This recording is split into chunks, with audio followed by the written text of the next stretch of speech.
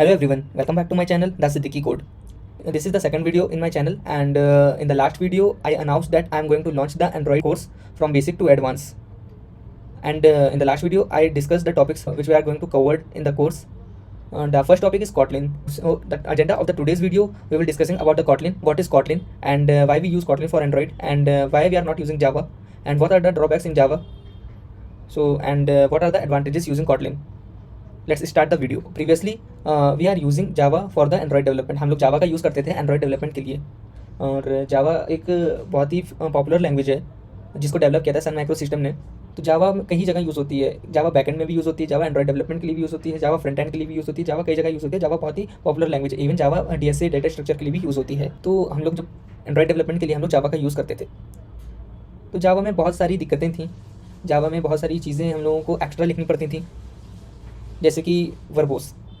The meaning of the verbose is we have to write a lot of code for achieving some simple task.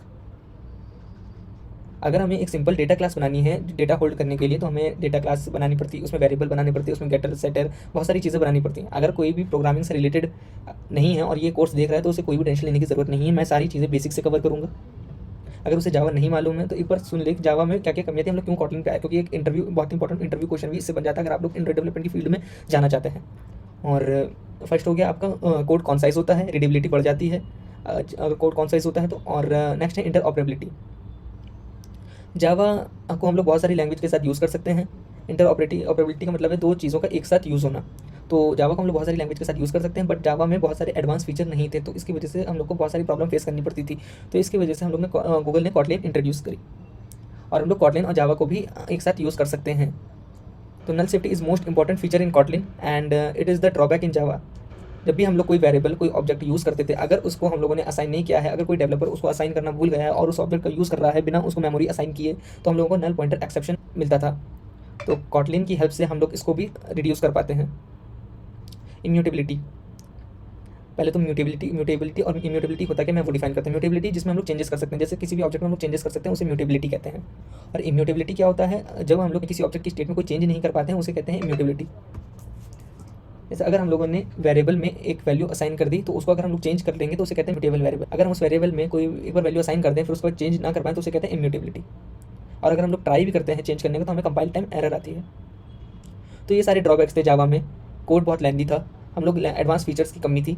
और नल safety, ये मुझे मेरा personal favourite feature है Kotlin में, कि जिसकी वजह से मैंने जावा को छोड़ दिया एंड्रॉयड डेवलपमेंट के लिए और कॉटलिन को यूज़ करना स्टार्ट किया. तो हम लोग नेक्स्ट स्लाइड पे बढ़ते हैं. Introduction to Kotlin. ये सिंपल सी एक डेफिनेशन है जो कि मैंने कॉपी पेस्ट करी हुई है. इसको पढ़ने और याद करने की कोई ज़रूरत नहीं है. कॉटलिन एक स्टैटिकली टाइप लैंग्वेज है और ऑब्जेक्ट ओरिएंटेड प्रोग्रामिंग लैंग्वेज है. जावा क्योंकि ऑब्जेक्ट ओरिएंटेड प्रोग्रामिंग लैंग्वेज है और कॉटलिन जो है जावा का ही एक्सटेंशन है, इसलिए कॉटलिन भी ऑब्जेक्ट ओरिएंटेड प्रोग्रामिंग लैंग्वेज है. कॉटलिन को हम लोग हर जगह यूज़ कर सकते हैं जहाँ हम लोग जावा का यूज़ करते थे. गूगल ने अब कॉटलिन को ऑफिशियल लैंग्वेज इंट्रोड्यूस कर दिया है एंड्रॉयड डेवलपमेंट के लिए, और हम लोग एंड्रॉयड डेवलपमेंट में कॉटलिन और जावा को साथ साथ यूज़ भी कर सकते हैं because of interoperability feature of Kotlin. Kotlin और जावा को हम लोग एक साथ कैसे यूज़ कर सकते हैं, ये इस स्लाइड में हम लोग अच्छे से समझेंगे. तो सबसे पहले हम लोग कंपाइलेशन प्रोसेस समझते हैं जावा का कोड हम लोग कंपाइल कैसे करते हैं और वो कैसे कंपाइल होता है. फर्स्ट ऑफ ऑल हम लोग को प्रोग्रामिंग लैंग्वेज की ज़रूरत ही क्यों पड़ी, ये क्वेश्चन को समझना ज़रूरी है. अगर कोई बंदा ये वीडियो देख रहा है जो कि नॉन सॉफ्टवेयर बैकग्राउंड से है, तो उसको पहले ये समझना होगा जो कि हमारा कंप्यूटर है और मशीन है वो केवल बाइनरी लैंग्वेज को अंडरस्टैंड करता है. हम लोग डायरेक्टली जो भी बोलते हैं वो कंप्यूटर नहीं समझ सकता, वो केवल बाइनरी लैंग्वेज ही समझता है. और लेकिन अगर हम लोग बाइनरी लैंग्वेज क्या होती है, 0 और 1 की लैंग्वेज होती है. लेकिन अगर हम लोग 0 और 1 की लैंग्वेज में कोड लिखेंगे तो वो बहुत ही डिफिकल्ट हो जाएगा और हम लिखने में बहुत ज़्यादा मेहनत लगेगी. इसी चीज़ को रिड्यूस करने के लिए हम लोग के पास बहुत सारी हाई लेवल लैंग्वेज हैं जो अलग अलग काम करने के लिए इंट्रोड्यूस की गई हैं. जैसे जावा एक हाई लेवल लैंग्वेज है जो कि प्रोग्राम लिखने के लिए है. जब भी हम लोग कोई सेट ऑफ इंस्ट्रक्शंस लिखते हैं जावा लैंग्वेज में, तो हमारे पास एक सॉफ्टवेयर होता है जिसको हम लोग कंपाइलर बोलते हैं, जो कि हमारी जैसे हम लोगों को किसी से इंग्लिश में बात करनी है और तो हम लोगों को और हमें हिंदी आती है इंग्लिश नहीं आती है, तो हमें एक ट्रांसलेटर का यूज़ करते हैं अपनी बात इंग्लिश में किसी को समझाने के लिए. वैसे ही एक कंपाइलर होता है, ये भी हमारी हाई लेवल लैंग्वेज को लो लेवल लैंग्वेज में ट्रांसलेट करता है. तो जब हम लोग जेडीके सॉफ्टवेयर को डाउनलोड करते हैं तो उस जेडीके सॉफ्टवेयर में जावा सी कंपाइलर नाम का एक सॉफ्टवेयर आता है जो कि हमारी हेल्प करता है हमारे जावा के कोड को ट्रांसलेट करने के लिए. और जब हम लोग सबसे पहले हमारे स्टेप क्या होता है जावा का कोड लिखने के लिए, सबसे पहले हम लोग जब जावा का कोड लिखते हैं तो एक फाइल बनाते हैं जो कि .java एक्सटेंशन से फाइल बनाते हैं. उसके बाद उस .java फाइल जब हम लोग कोड लिख लेते हैं उसमें सेट ऑफ इंस्ट्रक्शंस लिख देते हैं, तो उसको हम लोग कंपाइल करते हैं विद द हेल्प ऑफ जावा सी. अगर किसी को ये प्रोसेस समझ में नहीं आ रहा है तो कोई टेंशन लेने की ज़रूरत नहीं है। अभी हम लोग इंप्लीमेंटेशन करेंगे तो इसको और अच्छे से भी समझेंगे।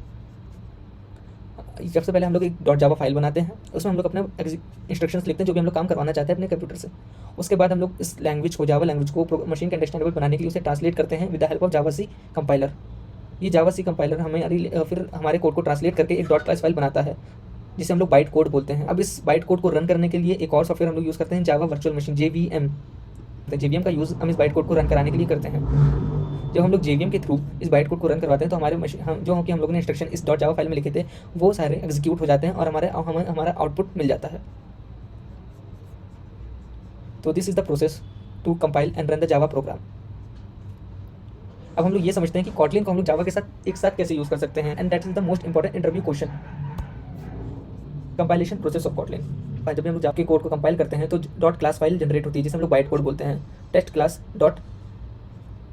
फाइल बनती है। हम लोग जावा के कोड को कंपाइल करने के लिए जावा सी कंपाइलर का यूज़ करते हैं जो कि एक सॉफ्टवेयर है, और कॉटलिन जो है जावा का ही एक्सटेंशन है। कॉटलिन का कोड हम लोग टेस्ट क्लास .kt फाइल में लिखते हैं। मीन्स फाइल का नाम कुछ भी हो सकता है, लेकिन हम लोग फाइल का एक्सटेंशन जो होता है .kt होता है। जैसे जावा का एक्सटेंशन .java होता है, वैसे कॉटलिन का एक्सटेंशन .kt होता है।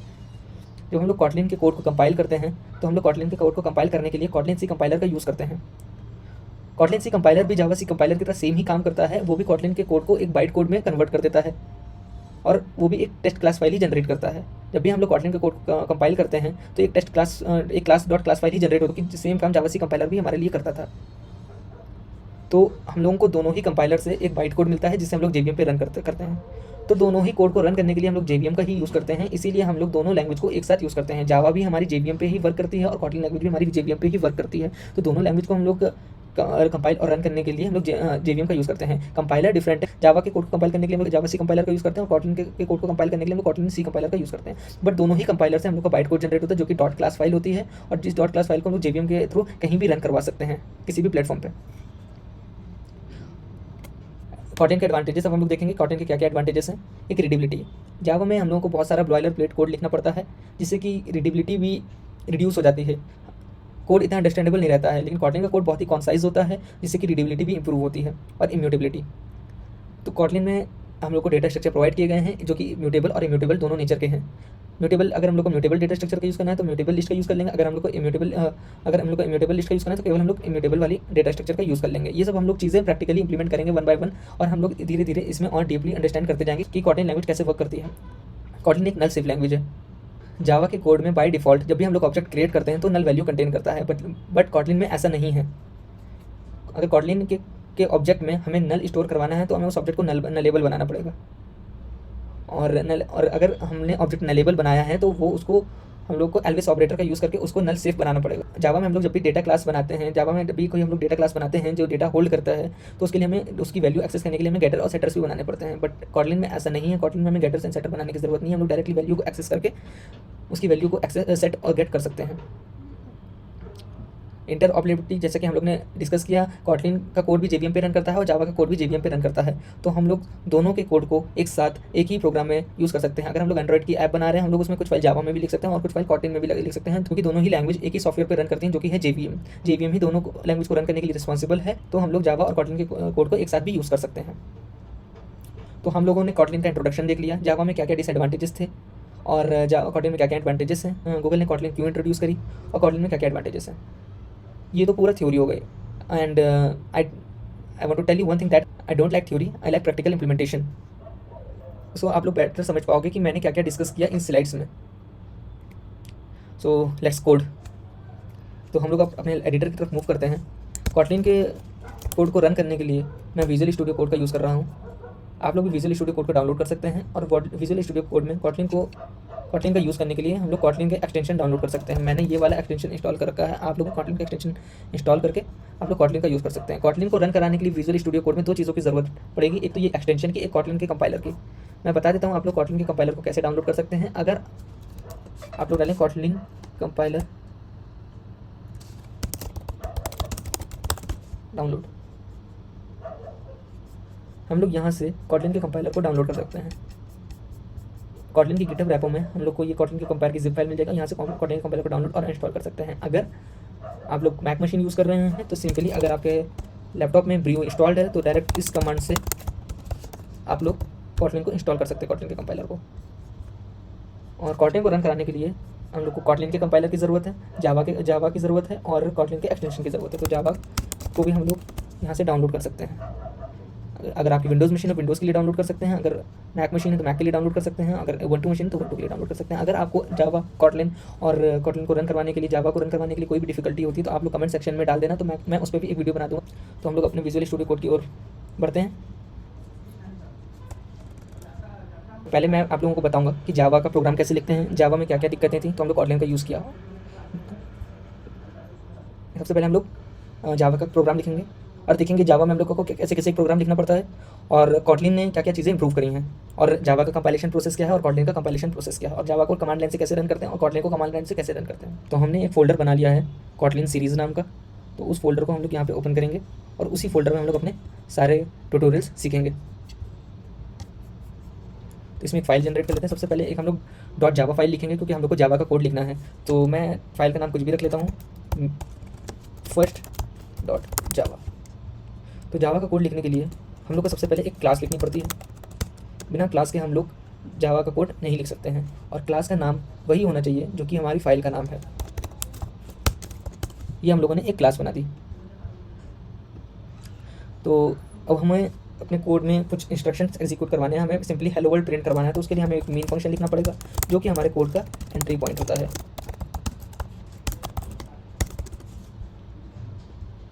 तो हम लोग पब्लिक स्टैटिक वॉइड मेन, इस मेन मेथड का सिग्नेचर होता है, इसको हम लोग यूज़ करते हैं मेन मेथड लिखने के लिए।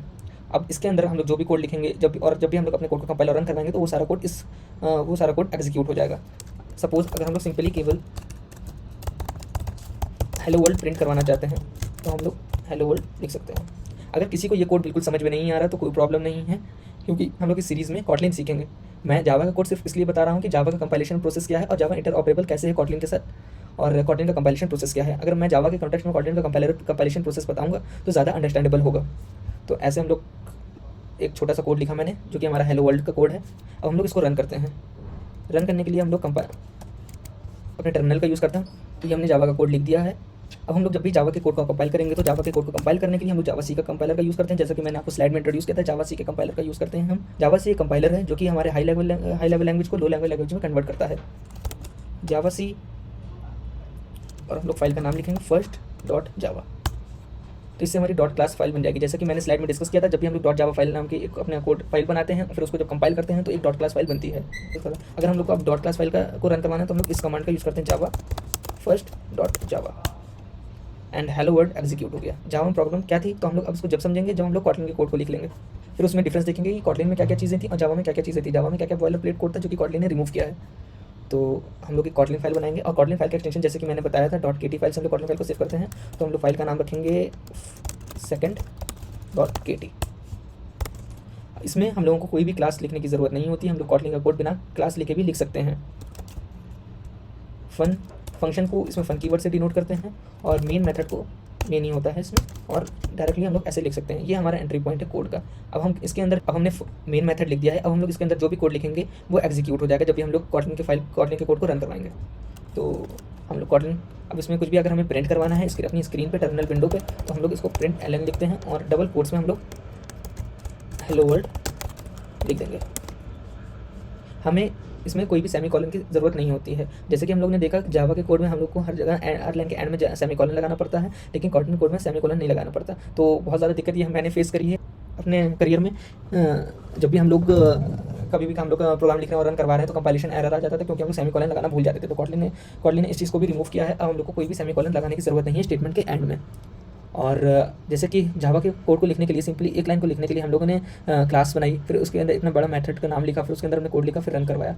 कॉटलिन में ऐसा कोई भी हम लोग को क्लास नहीं लिखने की ज़रूरत नहीं है, हम लोग डायरेक्टली अपने कोड को रन करवा सकते हैं बिना कि क्लास फाइल को लिखे।